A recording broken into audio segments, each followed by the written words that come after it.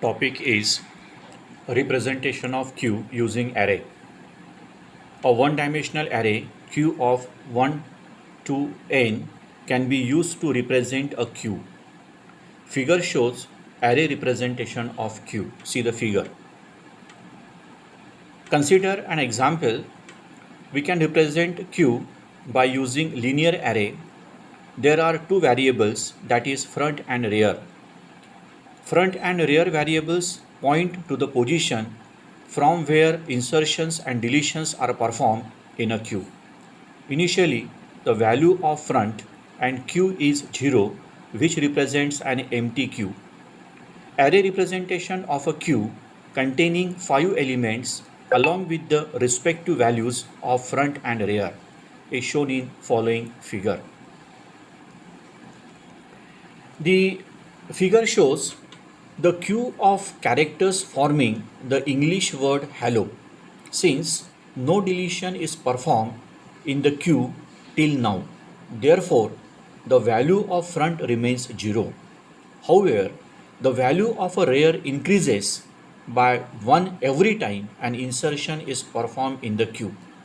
After inserting an element into the queue shown in the figure, the queue will look something like following. The value of rear will become 6 while the value of front remains same. See the figure. Operation on queue. There are two basic operations on queue. The operations are NQ and DQ. Now first we will see the algorithm of NQ. Now first input an element atom that has to be inserted. Output the atom is at rear of the queue, and the data structure Q is the array representation of queue structure. Two pointers front and rear of the queue, capital Q, are known. Now these are the steps we follow. Now first step, if rear equal to n, then print Q is full exit. Else if rear equal to 0 and front equal to 0, so front equal to 1, and if rear equal to rear plus 1 and Q of rear equal to atom. Third step is end if, and fourth step is stop. Now this is the algorithm of NQ. Now next algorithm of DQ. Now first input is a queue which with elements front and rear or two pointers of the queue, capital Q. The deleted element is stored in atom, and Q is the array representation of Q data structure.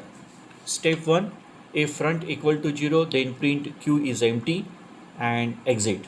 Else if atom equal to Q of front, if front equal to rear, then rear equal to 0 and front equal to 0. Else front equal to front plus 1 and end if.